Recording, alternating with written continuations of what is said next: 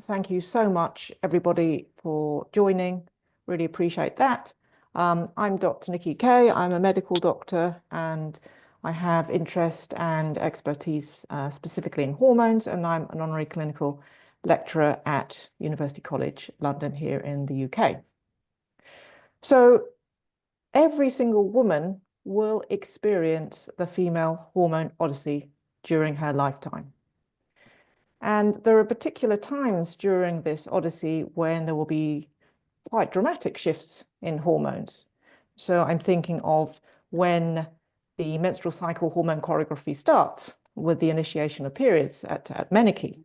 And then we have also when this hormone choreography retires. And of course, I'm talking about the menopause, which is our focus today. These shifts, these times of shifts in the hormones can present challenges for women. There's no doubt about that. But to guide us on our way, we have here, which is why I put her on the front cover of the book, by the way. This is Athena, the goddess of wisdom, who is at hand to guide us on this journey. She did a pretty good job, after all, guiding Odysseus, a man, by the way, on his Odyssey. So I've no doubt that she can do the same for us as women. And I'm absolutely delighted and very grateful indeed to have embodied here my expert co-authors who are going to be their own little Athenas and share their pearls of wisdom with us this evening. So the plan is this evening, I'm going to invite each of my co-authors, pose them a question, and they're going to share with us all their particular pearl of wisdom that they really want to get across. And hopefully to whet your appetite to buy the book and read more, of course. That's really just in time for Christmas, so that will be handy. So I want to actually start now and remove my pin. And I'm going to invite Astrid to tell us a little bit about her female hormone dance. And just by way of introduction, Astrid and I first met when we were working together, putting together webinars, weren't we, Astrid, for dancers to tell them about their hormone health. So I'm going to actually conjure up another Greek goddess, seeing as we're on this theme. So that of Terpsichore, who is the Greek goddess muse of dance. So Astrid, maybe you can share with us, your particular hormone dance, how it looked for you. What's the difference? I'm sure I could swing it. Oh, sorry, could everybody mute themselves if you're not already? Thanks. There we go. Well, everybody, my youth was spent as a dancer. I was a professional ballet dancer. And like many professional ballet dancers, I had a very late puberty. Please, can you mute yourselves? I'm going to mute everyone. So you might have to unmute yourself now, Astrid. There we go. Yes. Yes. So my dance, my choreography, my hormone choreography started a little bit later. And that being, as young dancers often do, you take advice from other dancers. And I very quickly found my way onto the oral contraception, which managed to clear up some of my symptoms, organize my periods. And I thought I was set.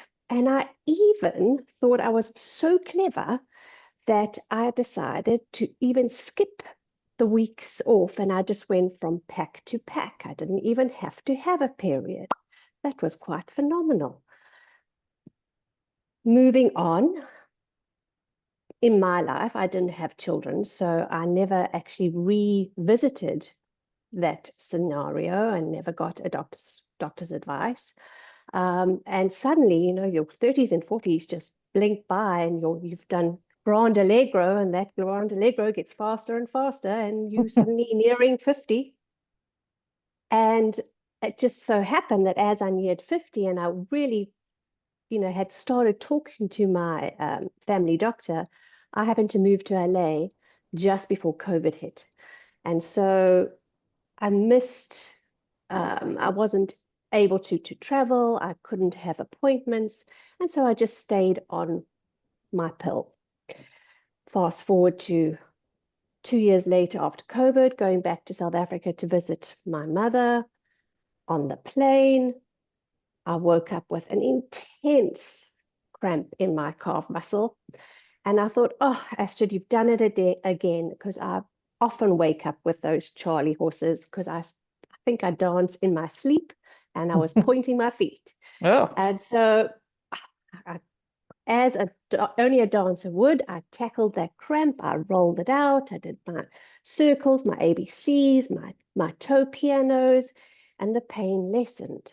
But as I was walking off that plane, I really realized what they mean when you hit the wall, because I actually couldn't get my legs to go one step after each other. And my heart just started racing. I was sweating, but it did pass. Phoned my husband, who's a doctor, and he said, get to the hospital straight away. Take some aspirin on your way. And yes, I had a deep vein thrombosis that actually, luckily for me, probably because I was fit, angels had moved through into my lungs, but I was okay. And so my dance with contraception came to a very rapid halt, and I had to go cold turkey off. And I'd been on that pill for 35 years. And coming off of that was quite a shock to my system.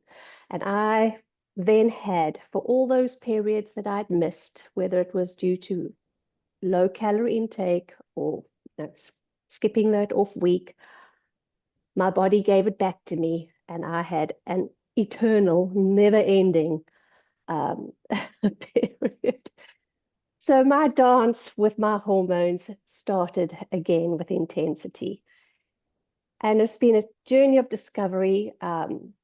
Thankfully, going through with specialists, they didn't find anything. They couldn't explain why I'd had that thrombosis, other than being on that pill, being of that. I was 52, long flight. And so, but they did allow me, say, because of this bleeding, I have in my age, fibroids, and going through that perimenopause stage where I'm in that cycle, to control that bleeding, I was allowed to go back on progesterone. And I happened to be meeting Dr. Nikki Kay at that time, and she said, no, you should go on the natural stuff. And it's just been a life changer, going from having to deal with hormones all at once, having nothing, my body just not feeling my own, and now just having a little bit of HRT just to ease me through. It's just been, everything's under control. But then I also had to realize that I had thought, taking the pill, that my journey with my hormones was regular, that I had the same safety pins, safety cushion from taking hormones, and that was just regulated. I didn't realize it was flatlined.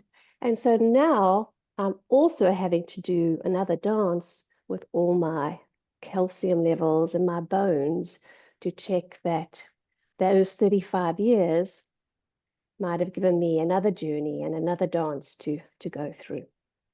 So brilliant, Astrid. Thank you Thank so you. much for sharing your story. And the reason I wanted Astrid to share that with us, I think it's that story is not isolated to Astrid. And I think that it really highlights that often there's so much confusion about hormones and what's going on, and misconceptions about the pill. Is that the same, and what's going on? So, I mean, fortunately, this all, ended up with a happy ending, if I can put it that way. But I think this is now what we're going to go on and really unpick where are all these myths and these misconceptions and misunderstanding, where do they all stem from?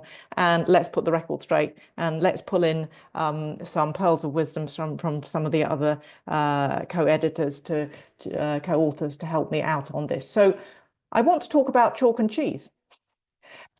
So I'm going to invite a dear friend and colleague and absolute pioneer in this field, Professor Geraldine Pryor from Canada. And Geraldine, you wrote about chalk and cheese, and I think that was in relation specifically to perimenopause, the estrogen storm, and menopause, calmer waters maybe.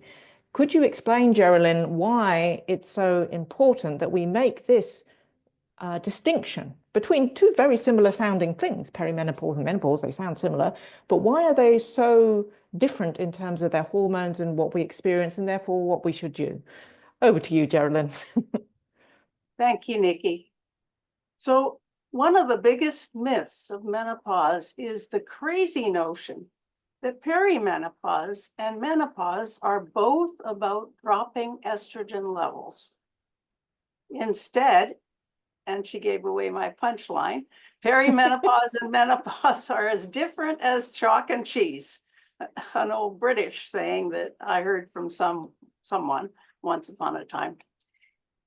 I'm somewhat of an expert about this because I had one of the most miserable perimenopauses anyone could have, and I'm pre-baby boomer, so there was nothing available. And in fact, the notion that estrogen might be other than dropping or low was just not on the radar of anyone. So let's think for a minute. Perimenopause is a normal life phase, and the majority of us go through it very happily and smoothly. It's a many-year time of unpredictable, wildly swinging estrogen levels. And these are higher than in the sexiest young thing while we're having periods still in perimenopause. But the purpose of this perimenopause chaos is because our ovaries are getting rid of estrogen-making follicles so that we don't end up having a period in our 90s. So there's a method in the madness. Menopause, by contrast, is a normal life phase that begins after a year without flow. It's a time of low and steady estrogen and progesterone levels that we maintain for the rest of our lives. You can learn more, find out about the randomized controlled trial we did showing that progesterone, oral micronized or natural progesterone, is effective for night sweats, for sleep, and improves the interference of perimenopause with our lives. And to find the novel that I wrote, Estrogen Storm Season, if you go to the Center for Menstrual Cycle and Ovulation Research, cemcor.ubc.ca, cemcor.ubc.ca. Brilliant. Thank you so much, Geraldine, for your words of wisdom. So I hope no one will ever mistake perimenopause and menopause. They are indeed chalk and cheese. And talking of progesterone, I want this now goes beautifully to Lara Bryden, who is going to explain to us why is it that progesterone is the unsung hormone heroine, I think. And also, Laura, please explain why we should never confuse, just as we should never confuse perimenopause and menopause, we should never confuse progesterone and synthetic progestogens. Laura, over to you. Tell us about this wonder hormone, progesterone. Great. Oh, what an honor to be part of this book and to get to write about progesterone. I drew a lot of my citations from Professor Geraldine Pryor, who we just heard from, including this one great image. I'm just Oh, please. you can see that chapter on page 35 of the book. You have to buy the book to see this. This is Geraldine's image of hormones across the lifespan, and it shows how progesterone, as Geraldine just explained, is the first hormone to decline long before estrogen levels drop. What happens is luteal phases start to shorten, more cycles become anovulatory, and that decline in progesterone, I would say, is essentially what defines or marks the onset of perimenopause. And so a lot of the early symptoms like heavy periods, breast pain, sleep problems likely result from that lower progesterone paired with, as we just heard, estrogen fluctuating up to higher than normal levels, which you can read more about in Geraldine's book, The Estrogen Storm Season. And then, of course, estrogen is crashing down, going up and then going down. And when progesterone isn't around to buffer that, that can feel very unpleasant for some women. So importantly, as we just heard, Geraldine's clinical trial has showed that body-identical progesterone can alleviate a lot of those symptoms, making it a valuable tool, especially for perimenopause. Now, I want to respond now to Nikki's question about this confusion between progesterone and progestin. There's been kind of the quote I got from someone called Anne Marie at Hot Flash Inc. She has a newsletter and a podcast. She wrote an article about the weird vibe around progesterone.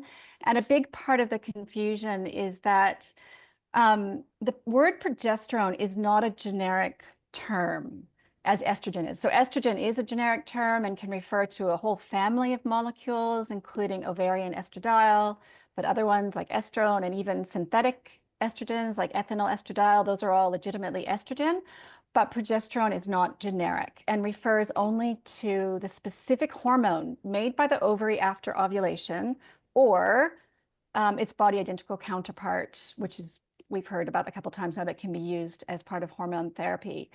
And that distinction has been lost over the decades with many scientists, not all, but a lot of scientists, doctors, and even pharmaceutical companies using the term progesterone incorrectly to describe the synthetic analogs of progestins or progestogens. And that mix-up has had, I would say, quite serious consequences over the decades because progestins are molecularly different from progesterone, and so their actions are different. And just to give a couple of simple examples, some progestins are derived from testosterone and so can have testosterone-like side effects like acne or hair loss. And in contrast, body-identical progesterone has some beneficial anti-androgen properties. And I'll just give a plug for Geraldine's some of the other work coming out of her lab, which is around using body-identical progesterone for PCOS. That's a different topic, but I just thought I'd put it out there. Also, progestins, some of them, depending on the woman, can cause mood side effects, whereas progesterone in most women is actually good for mood, thanks to its calming neurosteroid metabolite, allopregnanolone. So there's lots of other differences like that. And the problem is by lumping progestins and progesterone together, progesterone has been unfairly blamed for many of the side effects of synthetic progestins. There's also I'll just say quickly in closing, Geraldine has written about how because progesterone was discovered second, about 5 years after estrogen, it was sort of then considered, the second female hormone or estrogen's sidekick. But it's so much more than that. Progesterone is important in its own right. And I've reached my 4 minutes, I think. Brilliant, thank you. Yes, that's a super important distinction because it's the synthetic fake, if I could put it that way, progestin that's in the contraceptive hormones, pills and the various things like this. And that's why it's totally different and can have potentially these side effects. So hormones, I think you're already getting the gist, are so important for many aspects of our mood, our health, both physical and mental. And so one of the main symptoms that women can experience during that menopause transition is a disruption of sleep. And so I'm delighted to have Dr. Zoe here, who is both a menopause specialist and a sleep specialist combined. And so, Zoe, I wonder if you could go into a little bit more detail. We've heard about progesterone playing an important role in terms of sleep and calming effect. But why is it that disrupted sleep is such a common problem around this menopause transition, and also just give us a little flavour of some of your top tips. Of course, don't give them all away, but just give us a little flavour of what you would suggest. Thanks, Zoe. Sure. Thank you, Nikki. So you're absolutely right. Menopause holds so much that can disrupt sleep. And we're obviously talking about this whole transition. And as Geraldine was talking about, these really chaotic changing hormones in the perimenopause. And that's often when women will first notice sleep disruption. And we know that there's lots of things that regulate sleep, but hormones play a big role. And when we see that chaos, and then starting to fall, we know that our sleep in general becomes less good quality with more wakings and also a little bit shorter. And none of us really want that. But as well as those hormone changes that are happening in the background, there are all the lovely symptoms that people might experience of menopause that can also disrupt sleep. And, if you think about it, night sweats are a classic. And actually, when we sleep, we need our body temperature to drop and stay nice and low throughout the night. And of course, night sweats is doing the complete opposite. It's disrupting our temperature and it will often cause waking. But then it's not just night sweats. Things like musculoskeletal aches and pains that can wake people up. And we know that there are those increased levels of anxiety and low mood. And there's a very close relationship with our mental health and our sleep. So they kind of talk to each other. And the more anxious we are in the day, the harder we find it to fall asleep at night. And even just getting up to pass urine, this happens more with a lack of estrogen in the genitourinary tract. And that can disrupt sleep as well. And I think there's so many things that can disrupt sleep. But what really matters is what's going on for the individual. And so when we're thinking about what might help, there's not going to be one answer. So that's why in the book, I wrote about 3 different women and their journey, because actually everyone's journey to poor sleep is a bit different. And that means how we have to kind of fix it and improve it is also a little bit different. So thinking about what you can do now, I really encourage people to think about almost like a sleep MOT. How are you sleeping? What are the things that are causing the problems for you? Are you obviously waking up through night sweats? Are you feeling more anxious? Is your mind racing at night? It's a time of life where there might be stresses and strains that also influence sleep. So what's going on for you? And then it's really targeting the treatment. So hormone therapy that has to be individualized, that might include natural progesterone, like Lara was talking about, can be really helpful for sleep in lots of ways. It can help with the night sweats and the anxiety, but it can also help sleep in its own right. So it actually works as a bit of a sort of sedative on the brain. So that can be really, really helpful for sleep.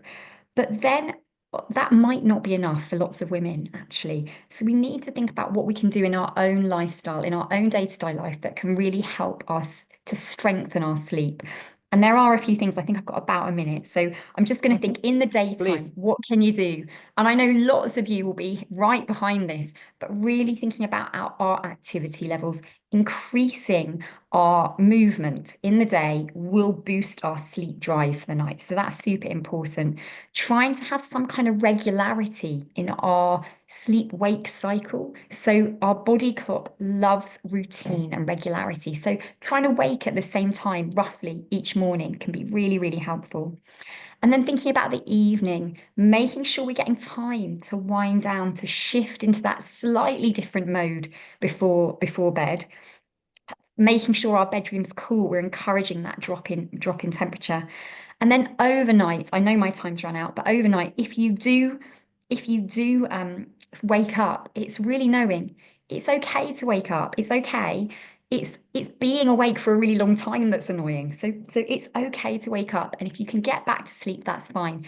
And there are lots of things you can do to kind of improve your parasympathetic nervous system, breathing exercises, progressive muscular relaxation, all sorts of techniques that can help you go back to sleep.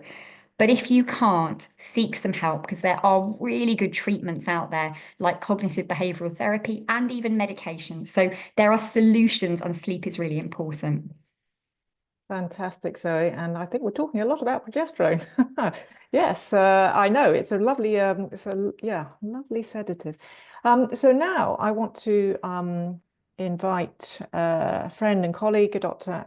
Anne Latz. And Anne wrote really well, everybody's contribution, of course, to the book was insightful, but this was I thought, a sort of a novel slant, the menopause mix, and that you called it. And we know that women going through this menopause transition can be affected in terms of their mood, anxiety, low mood, etc. And also we know that there is the sort of middle-age spread. We know metabolism just change. But you wrote very interestingly that there is this connection. And if maybe you can explain what that connection is, why, and that would therefore lead to some solutions to trying to crack and get on top of these symptoms. Over to you, Anne. Yeah, thank you. And I think also perfect mix you did here for the setup, because Zoe really ramped up all the sleep tips we also need for this section. So perfect. Yeah, so when we talk about what we call psychometabolic health, then this is this bidirectional relationship. So there's this mental well-being aspect and metabolic function we also alluded to a little bit. And then there are psychological stressors that can trigger the release of stress hormones, and those again affect the metabolism. And then something, for example, like insulin resistance could exist, and metabolic syndromes. I will go a little bit more into specific detail, not making it such a term. But then on the other hand, those metabolic imbalances, like for example, we see blood sugar changes, when we see a little bit changes in fat distribution, all that immediately impacts also how we feel, like our cognitive function, our mood, etc. So this is really the mix we see, and it's very delicate mix. It's something that's really in flux here and really changing, but also where we really have those approaches. I like to call it the energy crisis in the body that's going on when we talk about metabolic health. This is really where we can master it our whole life, but especially in this very vulnerable, very changing phase. And I like to explain it often using our blood sugar levels, our blood glucose levels, or what we call the blood glucose roller coaster, because there's a very nice association between for example, the effect of stress on glucose metabolism. And this is a feeling, I mean, we all know it, but it's something that really gets more for a lot of women in perimenopause and menopause, being stressed, being anxious, for example, because the body's changing. This is something that's really uncontrollable. And whenever we lose control, the stress goes up. And yeah, what of course then on a hormonal level happens, that we trigger the release of cortisol, our stress hormone. And then estrogen plays here a role, of course, too, because on the HPA axis, it usually modulates. And if the estrogen level goes down, then we see changes again, also not controllable in cortisol.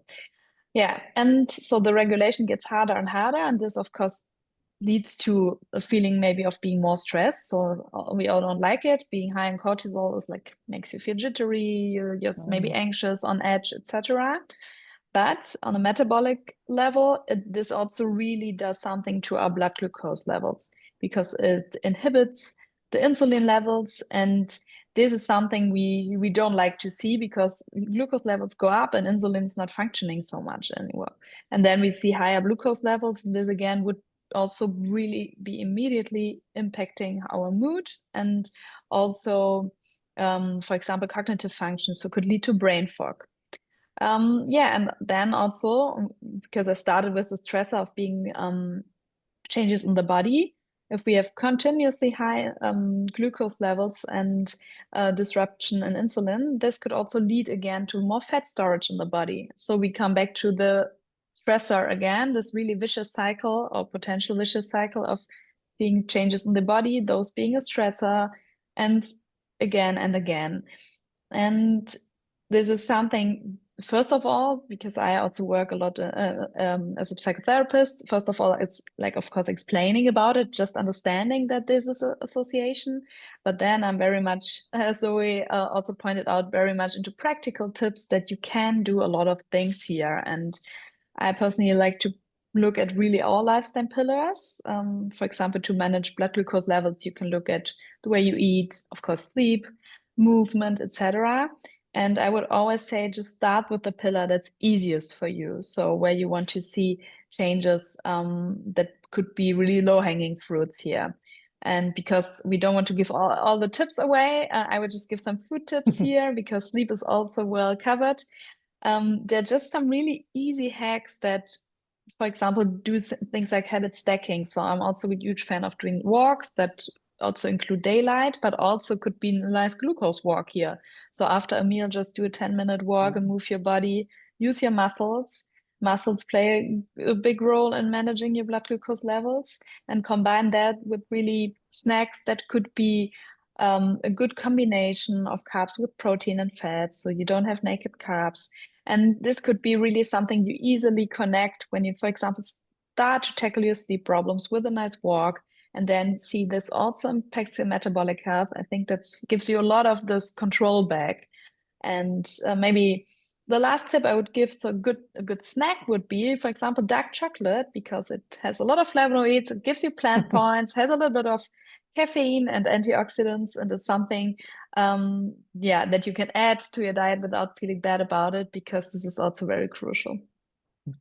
Oh, great. Well, I'm glad we're ending on a high. Dark chocolate, don't feel guilty about that.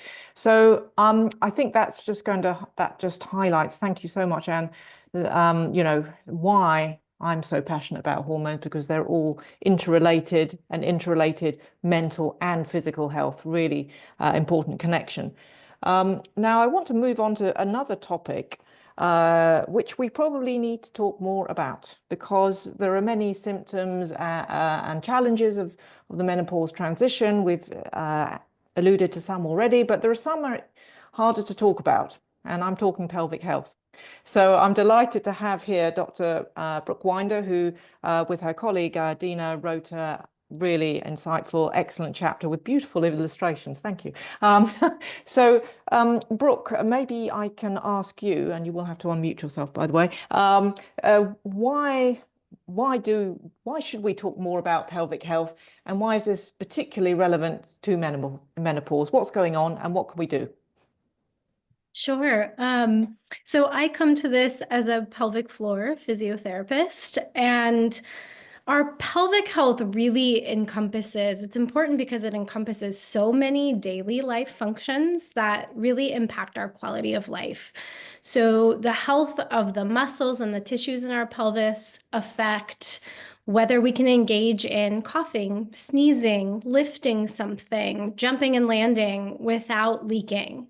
It affects how often we may feel like we need to urinate, and whether or not we can comfortably get to the bathroom and, not leak before.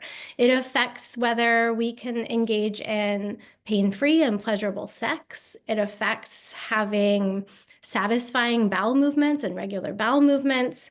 And it affects our ability to feel really strong and capable when we engage in exercise, wanting to engage in exercise without feeling like we might leak, without feeling like there's pressure, something feeling like it's falling out, and hopefully engaging in that without pain in the pelvis.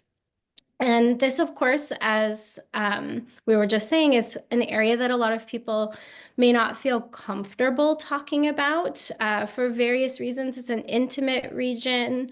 Culturally, we may not always bring it up. And it's also something that I think a lot of people maybe believe is only relevant for women who've been pregnant or are pregnant or have had a baby, but we all have a pelvis. We all have a pelvic floor, so to speak. And another important reason we should talk about it is because a lot of us are not really taught as women anything about our parts and the exact anatomy of our vulva, of our vagina, and of the muscles that surround that area. So our chapter actually has images in it and teaches readers about the anatomy. And I think if you can understand better how that anatomy works in those functions, that can be really empowering. And it can also be a real key to understanding how things might be shifting and changing through perimenopause and menopause. So hormonal shifts, as we've been talking about, as well as changes that may be happening to the muscles with aging, with maybe changes in our activity levels that could be wrapped in lots of complex things.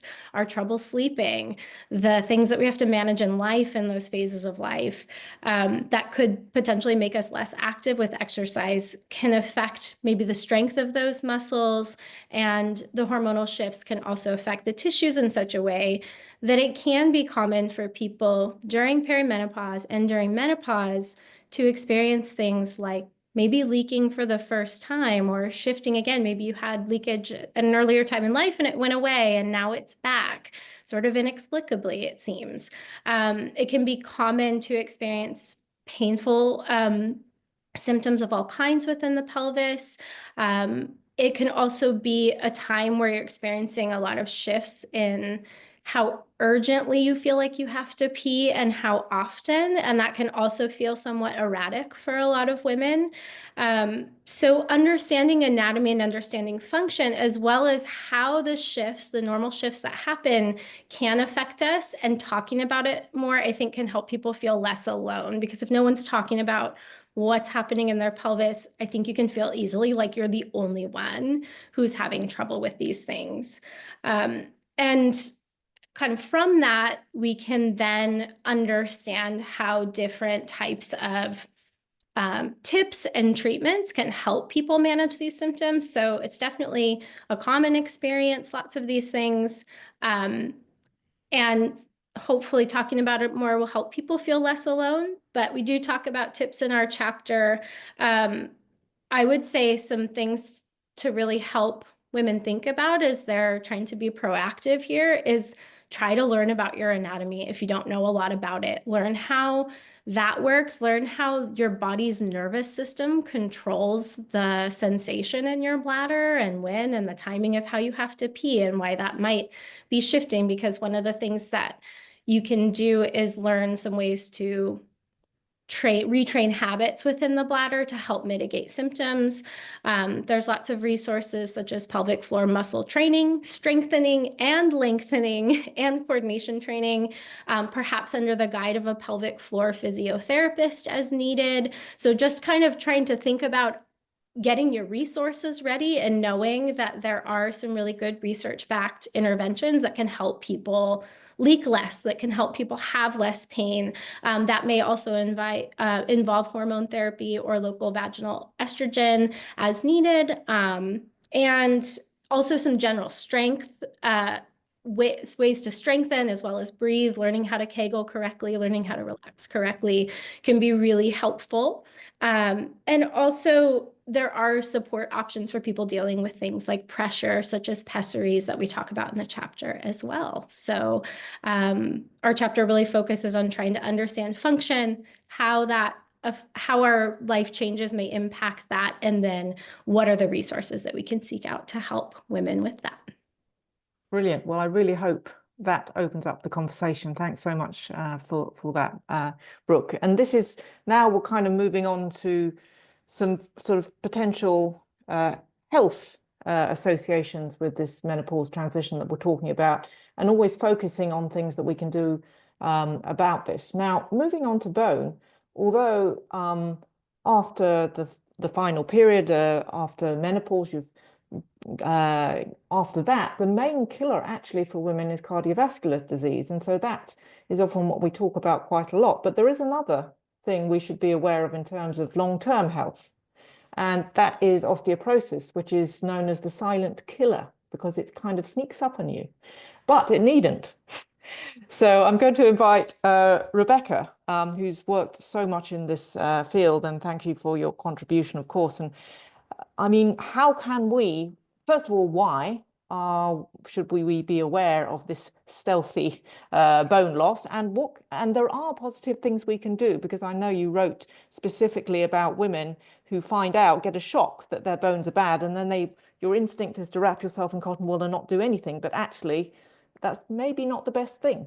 So Rebecca, over to you, if you can explain to us, why we should be mindful about our bone health for the long term and what we can do to try and secure that. Thanks, Rebecca. Thanks, Nikki. And again, it's such an honor to be part of this here. Well, I want to first start off and explain that this was what you were explaining just a moment ago was my own personal experience, that I was diagnosed with osteoporosis 20 years ago when I was 28. And that was what I was told. And it was also the feeling that I could fracture just by walking down the street, even though the day before I was perfectly fine. So this is part of the myths. This is one of the many myths that I want to dispel. And I also want to point out that it's interesting. I've been saying for the last 20 years that bone health is not sexy. And that's actually starting to change. It's very interesting that it's actually starting to get sexy now. So in the United States here, 1 in 2 women age 50 and older are expected to experience a fracture from osteoporosis. Worldwide, it's stated that 1 in 3 women. So we're talking a large portion of the population here. First of all, I want to explain that and dispel the myth that bone loss is not something that just is for the elderly, right? Everybody thinks of even osteoporosis as an elderly condition.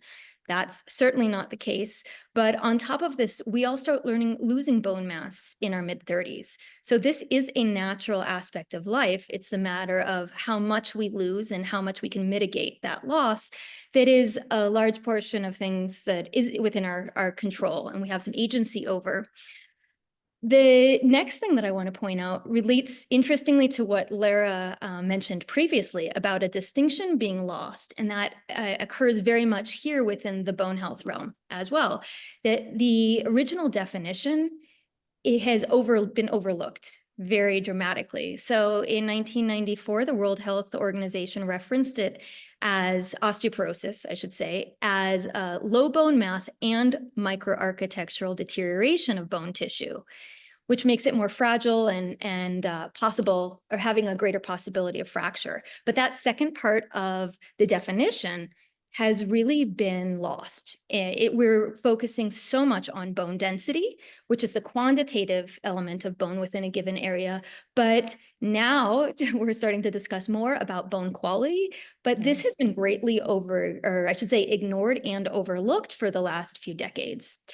And it's an important distinction because we are finding shortcomings within bone density as determined by the DEXA, which is the gold standard for determining bone density.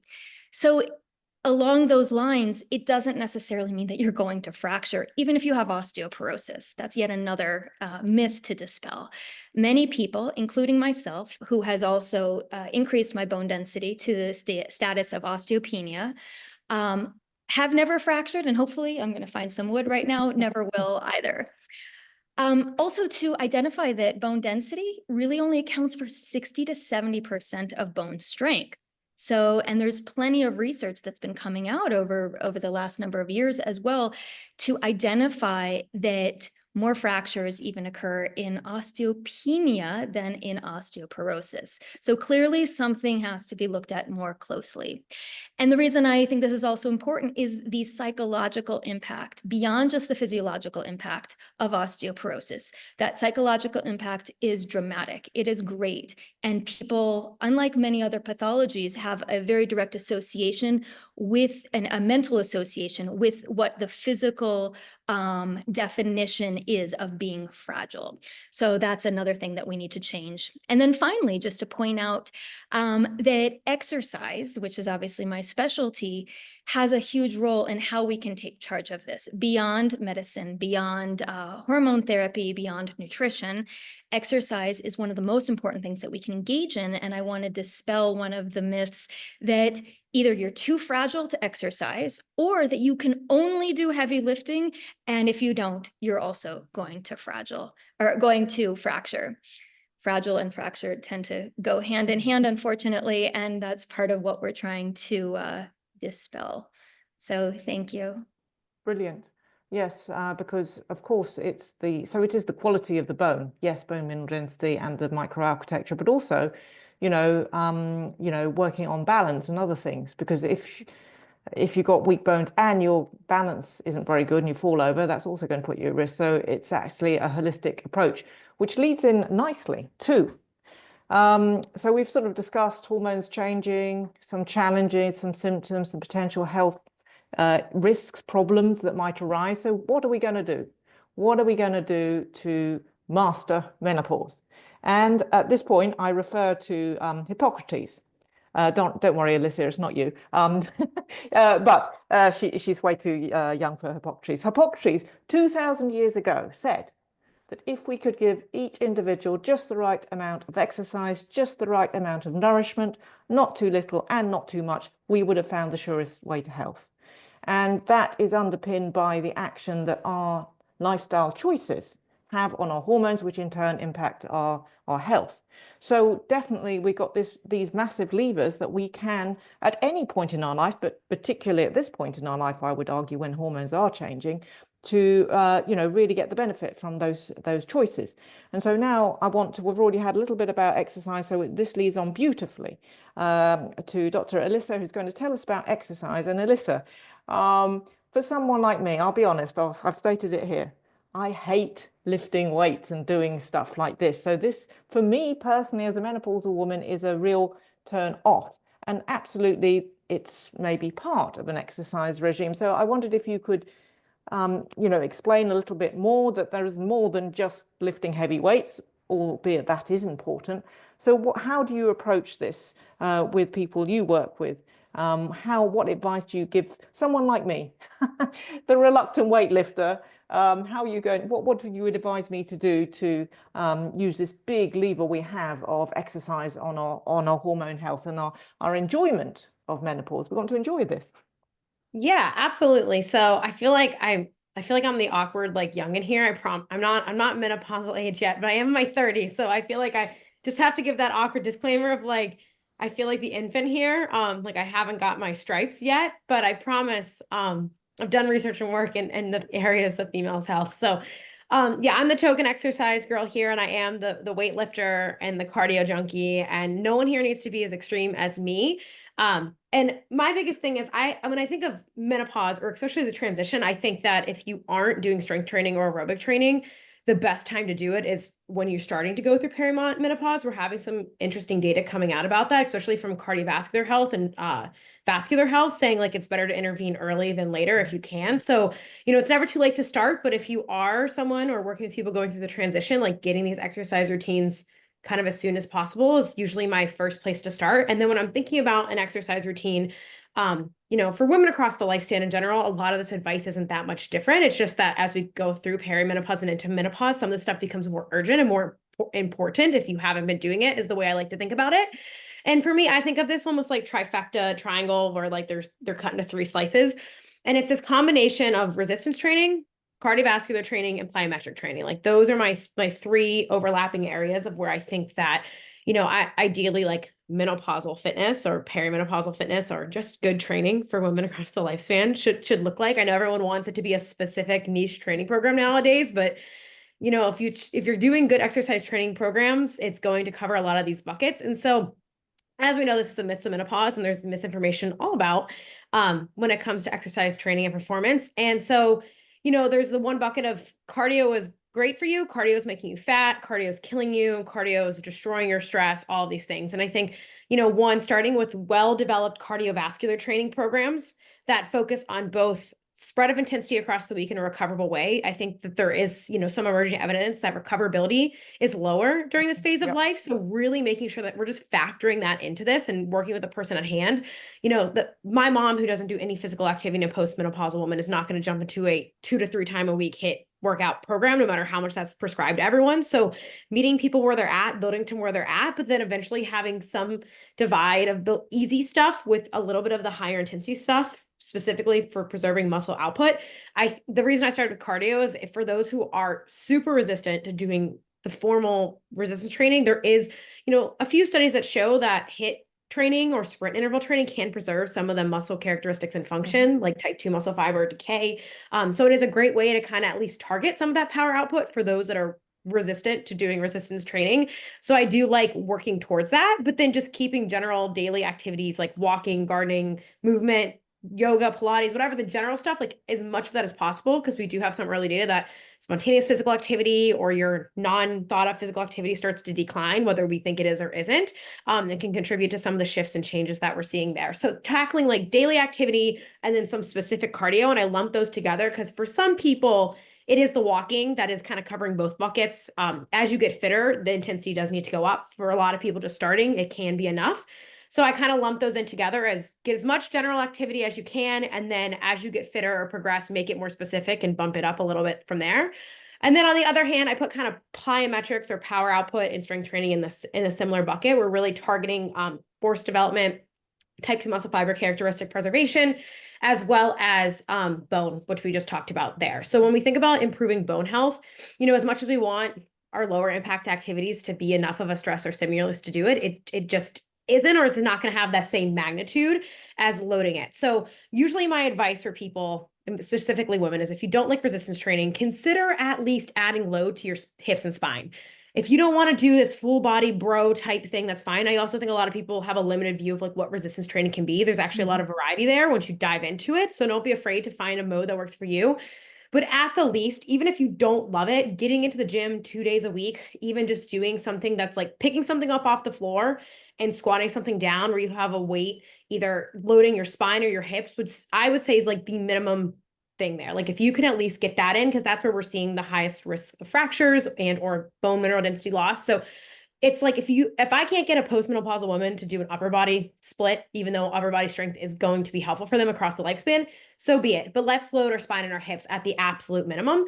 But I think there's a lot of narrative out there too that everyone has to lift strong or lift heavy or it doesn't count. And that's not absolutely true. Start with where you're at. Body weights and bands can be a great place for a lot of people to enter, make it accessible, start to get more comfortable and load from there. And then there is that conversation of like getting people to do what they're willing to do versus is optimal. It's far better to get them to do what they want to do. But this is where I do love that we do have the data on jumping and plyometric training, because if you refuse to do any strength training, that is going to be a deficit in someone's, performance adaptations they're getting. Especially because muscle loss is such a metabolic and health and general aging risk factor that comes with the transition of aging in general, which we know aging and menopause are kind of two Venn diagrams overlapping with each other. There is some, I referenced these in the chapter that I wrote here, is like studies that show even as little as like 3 to 5 rounds of 10 hops a couple times a week have improvements on bone density in postmenopausal women in these trials. So jumping is something that you don't want to just throw people into or yourselves into. You do want to kind of ease into, and I break that down in the book a little bit more. But plyometric training or any just hopping, skipping, jumping can really be done by anyone, anywhere. Again, meeting them where they're at with their level. And it's a great way to incorporate that in. And so these are the things that I think are good for that advice of like, because most people, as much as we would love them to be doing a strength training program and formal cardio program, aren't. So like, let's get people doing what we can get them to do. And then I think what happens, at least with a lot of my clients, is they're apprehensive and they get into the training, and meeting people where they're at and easing them in usually allows to open the door for more curiosity of like, well, what can I do? Or what can I add? Or where can I add this? And realizing that it's not just, hey, you need to go to an all ironclad bro grunting gym, as much as I do feel like those are homey for me. You can just do like the circuits at your local gym, and making sure that if you understand how to load things appropriately and get the most out of it. I think there's a lot of emerging literature even coming from like the bodybuilding world right now of like 1 to 2 sets taking closer or near failure, like really keeping that quality over quantity up is where I think will win people over, especially Gen Pop, is that 2 times a week, 30 minutes is like the minimal effective dose for health, which I think we can get to with a combination of things people like with the things people need. So that's kind of where I think of things with all that. And of course, my chapter breaks down like more specific ways to approach programming strength, plyometrics, cardio training. I feel like when I give my spiel of what you should do, there's always like the picket fences of like, but wow. And it's in the book. I do break that down with charts and graphs, but that's why I approach it. And then meeting people where they're at, getting them where they can go. We might not get everyone on a HIIT cycle ergometer doing HIIT, but you might be able to get them to walk up and down their neighborhood hill or steps and add some resistance to that some way, some increasing effort, getting creative, meeting people where they're at. There's always going to be optimal, but whatever people are willing to do is usually often better than the opposite of them doing nothing at all, right? There's a lot of behavior change that comes along with this. And a lot of mid-age women they've never strength trained. They haven't been exposed to it their entire life. There's a lot of social factors there. So, yeah. And you're like, I've been lifting, I think I came out of the womb with a barbell, if I'm being honest. And so, I'm fortunate that I have a lot of muscle, you know what I mean, as I continue to age and bone density, and not everyone does. And so again, intervening often, programming well, get past the woo, misinformation crap that's sold out there. Exercise is not harmful or bad in most circumstances if it's programmed correctly. And then thinking about how can we get people entered into what we know is most effective, meeting them what they're at, comfort level, fitness status wise. And then if they're open and willing to it, okay, yeah, let's load it heavier. Let's do Progress. more. Let's increase the intensity. Brilliant. Well, I'm relieved. I'm going to stick to my ballet. By the way, in dancing, Astrid will bear me up on this. There's a lot of hopping and jumping, so phew. Yeah, So, at least you have that. Yeah. yeah, exactly. So yeah. So thank you. I think this really highlights that this is the personalization approach is the important thing.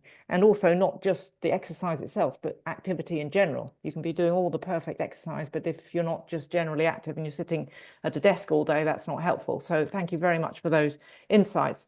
And the other thing just to highlight there that you said, because unfortunately Rini McGregor can't join us this evening, she's ill, clinical dietitian, but I work closely with her. So I just will say a few words on the nutrition side.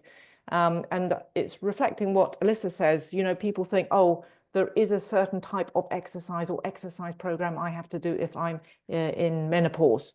And the same for diet. Rini and I, time and time again, have women saying, oh, you know, what is the menopause diet? Newsflash, there is no such thing. It is based, the fundamentals remain the same. All the food groups, etc. But it's just, you know, different emphasis, like we heard with the exercise, different emphasis that is really the crucial thing. And so, but if you are frustrated that you feel your body shape is changing, you can be tempted to, you know, really restrict, over-restrict, and spend, frankly, a lot of money on unwarranted supplements and things like this. So keeping it straightforward along the lines that I think pretty much everyone has been saying, and reflecting back on Hippocrates, that's the key thing. Now, the next, thank you to Neil for being so patient. So I want to finish off, and by the way, I should have said this at the very beginning, but if you have burning questions, put them there, although I know we're short on time. But I'm very pleased about the book because I was determined that I was going to have two specific chapters in there, or acts as I call them. Number one, I want to talk about dancing because, you know, I think terpsichore can help us a lot. But also I wanted to focus on have a chapter specific for those athletes, for women that are already exercising a lot, for masters athletes, age group athletes.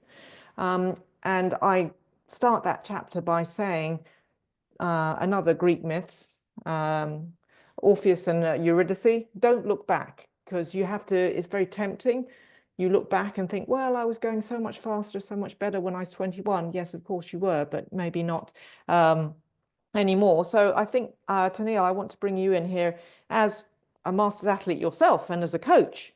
You write this, you use this really interesting phrase that, you know, using effort as the barometer of success rather than your placing or your time or something like this. This is really maybe what we should be striving for. So over to you, if you could explain to us your top tips for the masters athlete. Yeah, thank you so much. What a delight to be part of this.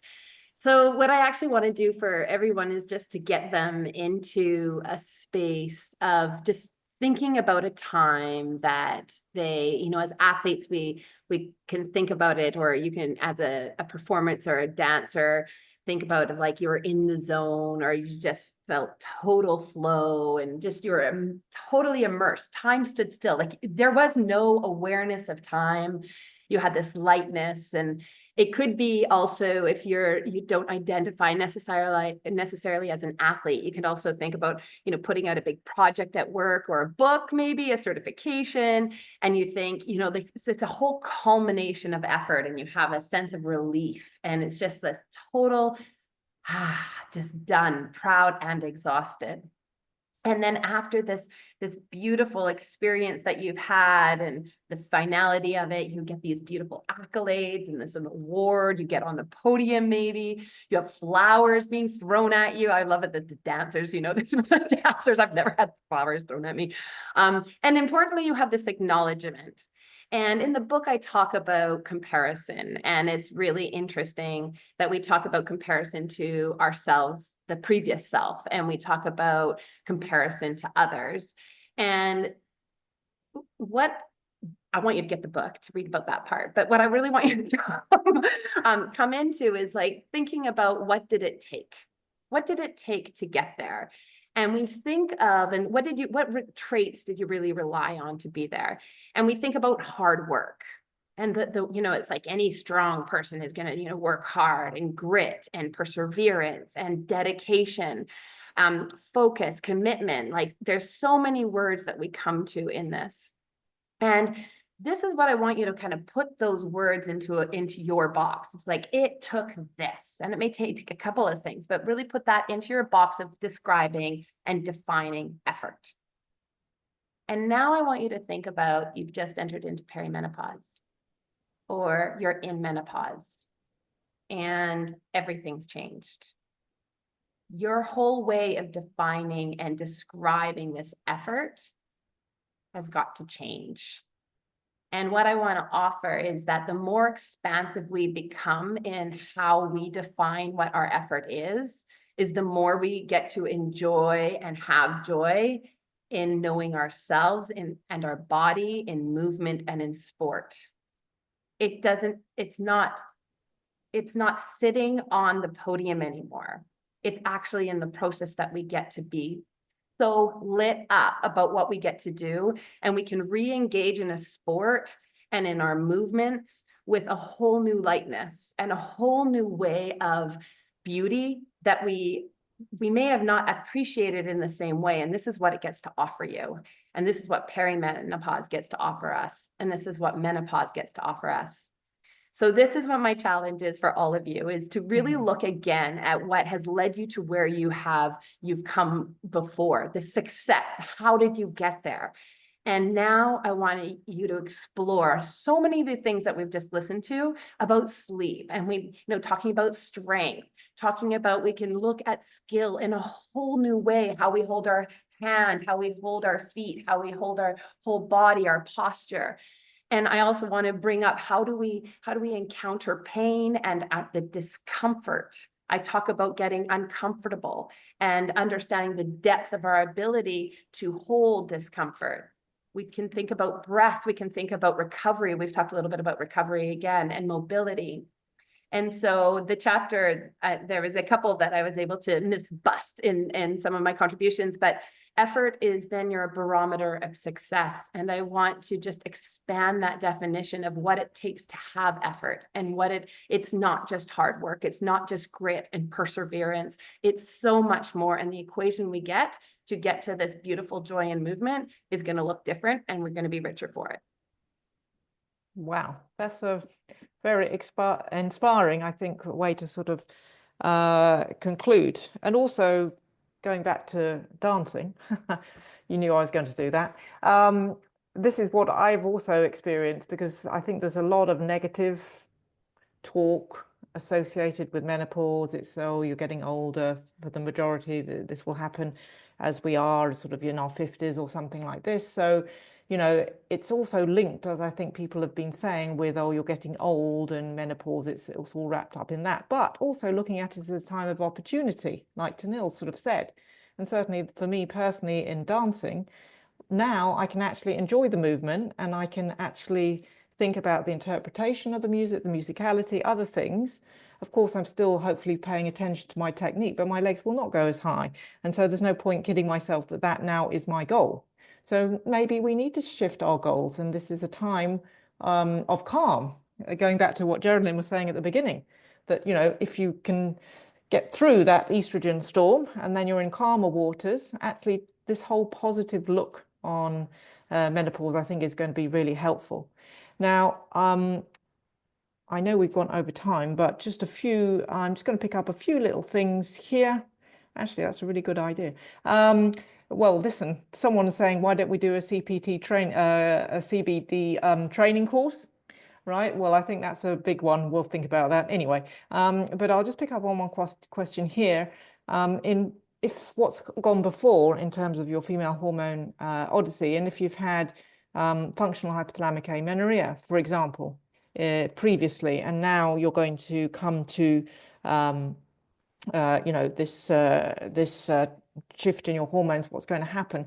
Well, I don't think that you will necessarily experience in a different way, but what you might have is already slightly reduced bone health. For example, we heard about Rebecca, and I work a lot with dancers, and this often happens if periods have stopped. FHA, functional hypothalamic amenorrhea, you might already be entering perimenopause, menopause with a lower than optimal bone health. So I think you just have to be, you know, you can't change the past, but just be aware and accept that, and hopefully take on board all the top tips we've been hearing here. And there will also be some. I will also be making a recording of this. Someone asked. So there are a few little things here.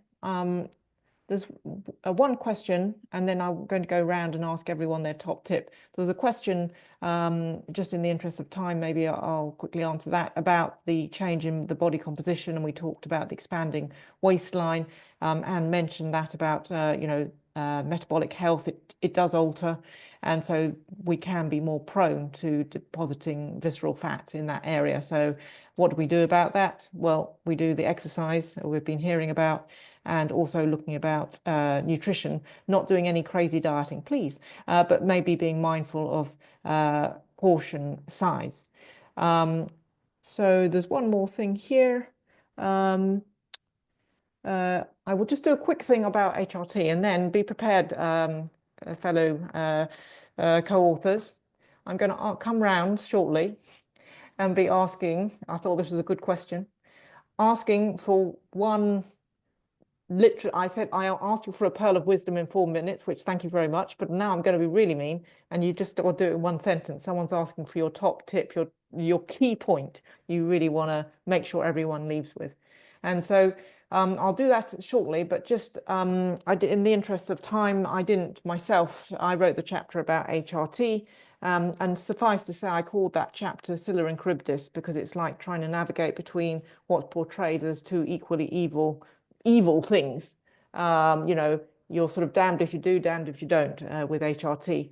And I think the problem is that it starts even with the name of HRT, hormone replacement therapy, which is the common term that could imply a disease or an illness or condition. But I hope we've made it perfectly clear that menopause, for the vast majority of women, is not either any of those things. It's just a natural part of that female hormone odyssey, and absolutely it's every woman's individual choice, but it must be an informed choice.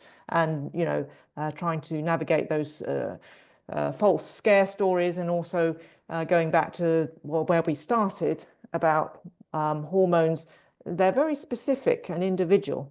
So if you are choosing to go with HRT, I think we've heard that progesterone, the real one, the micronized progesterone, is definitely better than the synthetic one where possible. So, but there's more in the chapter about that. So now I'm going to, lovely ladies, okay, you ready? So I think I might try and remember the order, but I don't guarantee it, all right? So I'm sorry. Right. Geraldine, have you got your what are your parting words for today, apart from please buy the book? What do you want to leave everyone really remembering? I think it's helpful for people to know that if you put the palm of your hand over your nipple and push back toward your spine, if it's sore at all, your estrogen is high. Ah, really? Wow, that's cool. Thank you very much. Wow, I didn't know. There you go. I don't know, is Lara still there? I think she, Lara was amazing. She joined us from holiday, so she may have gone. Astrid, you're next. As I say, sorry, it was slightly haphazard order. Your parting words, apart from encouraging people to buy the book. I'm going to say that I just love what Neil said, and I'd say embrace grace. We're at the age that we can just embrace grace. Brilliant. Fantastic. Exactly. Embrace. That's the, I'm just going in the order of the screen now. Zoe, you're up next. Focus, if you can, on building up your sleep drive throughout the day. And this is your level of sleepiness. You can do all sorts of things to build it, being active, exercising, having cognitive stimulation, lots of good conversations, reading Nikki's book, Yay. all can do it. But also, don't go to bed too early, ladies, okay? You need to stay up long enough to build that sleepiness, and that can really help you get a good night's sleep. Fantastic. Stay active during the day, all the exercise we've been hearing about. Next on my screen, Rebecca, your final words for everyone today. Sure. I would say to appreciate your body, move your body, because osteoporosis is not a death sentence. Brilliant. It doesn't have to be the silent killer. Absolutely not. We don't want that. Anne, yes, your final words for everyone today? Yeah, I want to stress again that habit stacking is really something you could try out. So find a low-hanging fruit to start, movements, sleep, nutrition, whatever it is, and really embrace that is this bi-directional relationship. And you don't have to do it alone. There's a whole team here, but also in your life you can make use of. That's brilliant. And bundling those habits together of the exercise and the nutrition and the sleep or building up your sleep drive, or these are really things we can do. Brooke, what are your final words? I would say learn a little bit about your pelvic anatomy and use that to help you track and understand what's going on with your pee, what's going on with your bowel movements, what's going on with your sexual function. And if that is impacting your life, it is not something you just have to live with. There are lots of things that you can do to help, including maybe finding a local or an online pelvic floor physio and other strengthening methods. And so just know that it is not something that just has to stay that way. Exactly. Let's open up that conversation. Pelvic health. Yes, definitely. I've got Alyssa next comes on my screen. Your final take-home words? I want to say either don't stop moving, or there's no specific exercise plan for menopause. There's just things that become more important if you haven't been doing them already. Would kind of be my two for there. Brilliant, brilliant. Exactly. This is the whole thing. No extremes, please. I really sincerely hope I've not missed out anybody. I don't think so. Okay. So listen, I'm going to end now because it's here in the UK. I'm going to go and have my dinner now. So thank you so much for my absolutely brilliant, lovely co-authors. So fantastic. Thank you for giving up your time, whatever time it was in the world for you. Really appreciate that. Thank you everyone for coming. I will sort out this recording and send it round to everybody. And yes, just finally to say, please, there you go. That's the one. Embrace your Athena, okay? Athena is in this book. So please do have a read of all the details from my wonderful co-authors. So thank you very much, everybody, and good night.